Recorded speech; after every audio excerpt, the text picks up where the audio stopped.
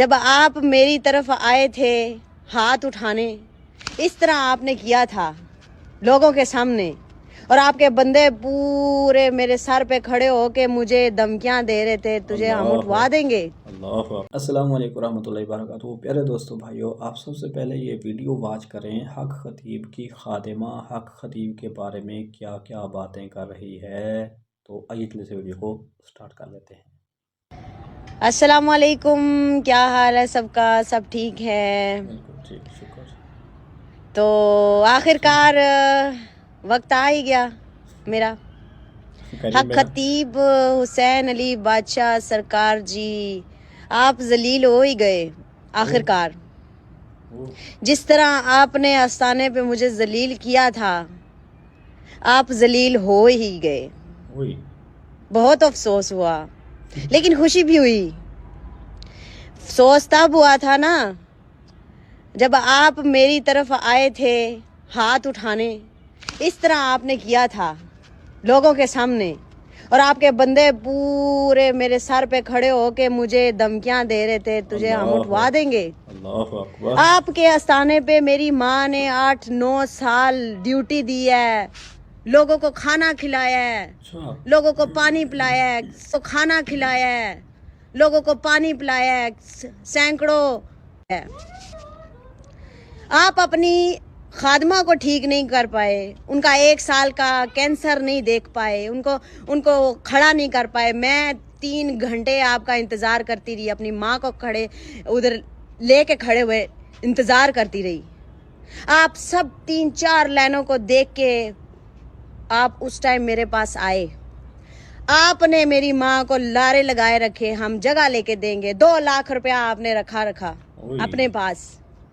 میں تو وہ لینے آئی تھی، میں تو دم نہیں کروانے آئی تھی، لیکن آپ نے اپنی خادمہ کو نہیں کھڑا کر پائے تو آپ لوگوں کو کیا کھڑا کر پائیں گے؟ آپ چاہتے تو آپ کھڑا کر سکتے تھے نا۔ یہ آپ کی اصلیت۔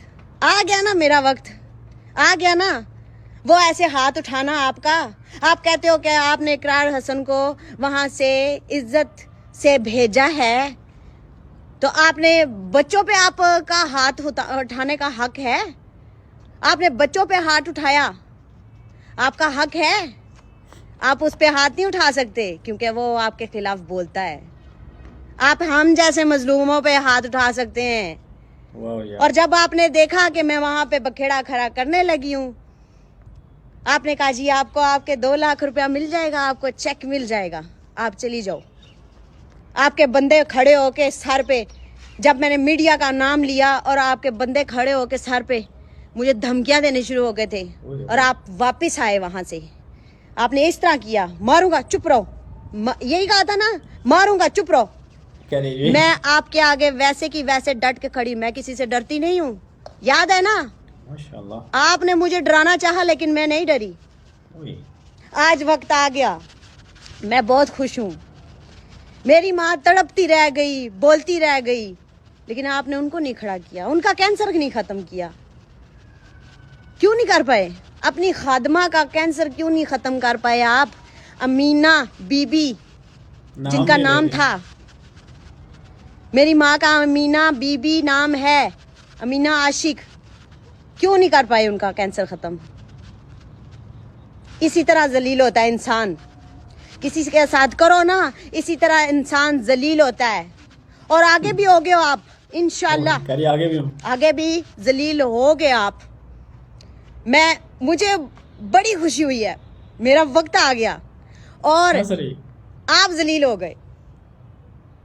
اس ٹائم آپ نے میرے اوپر ہاتھ اٹھایا تھا نا، ایک مظلوم کے اوپر ہاتھ اٹھایا تھا ایسے مارنے کے لیے، ڈر جائے گا؟ نہیں، میں ڈرنے والوں میں سے نہیں ہوں۔